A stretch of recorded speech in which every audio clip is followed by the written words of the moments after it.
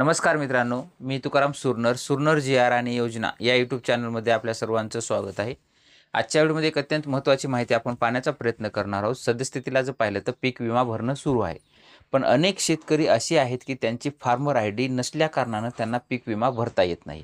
आता farmer I D नसलेले कोण आहे? एक तर जॉईंट खातेदार असणारे फार्मर आय डीमध्ये आहेत किंवा किंवा त्याच्यामध्ये जे काही आत्ता नवीन जमीन नावावर करून घेतलेली आहे, तडजोड असेल किंवा खरेदी केलेली असेल, ते सुद्धा असल्या कारणानं त्यांना माहिती नाही की नेमकं फार्मर आय डी काढायचं आहे.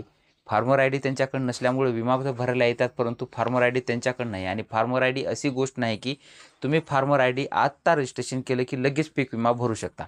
फार्मर आय डी काढल्यानंतर काही त्याला कालावधी जातो आहे. कधी कुणाकुणाचं लवकर बी होतं, नावामध्ये काही बदल वगैरे नसेल तर लवकर अप्रूव्हल होतं. ज्यांच्या नावामध्ये बदल वगैरे नाही त्याला वेळ लागू शकतो. त्याच्या कारणानं लवकरात लवकर तुमच्या नावावर जर जमीन आलेली असेल तर लवकरात लवकर तुमचा जे काही फार्मर आय डी आहे तो काढून घेण्याचा प्रयत्न करा. आणि फार्मर आय डी काढून घेतल्याच्या नंतरच तुम्हाला पीक विमा भरता येणार आहे. फार्मर आय डी कसा काढायचा त्यावर आपण सविस्तर व्हिडिओ बनवलेला आहे, किंवा त्या व्हिडिओ पाहून तुम्ही काढू शकता, किंवा त्या व्हिडिओची लिंक या डिस्क्रिप्शन बॉक्समध्ये सुद्धा देत आहोत. तुमचे जर काही प्रश्न असतील, कमेंट असतील तर नक्की ह्याच्यामध्ये कमेंट करा.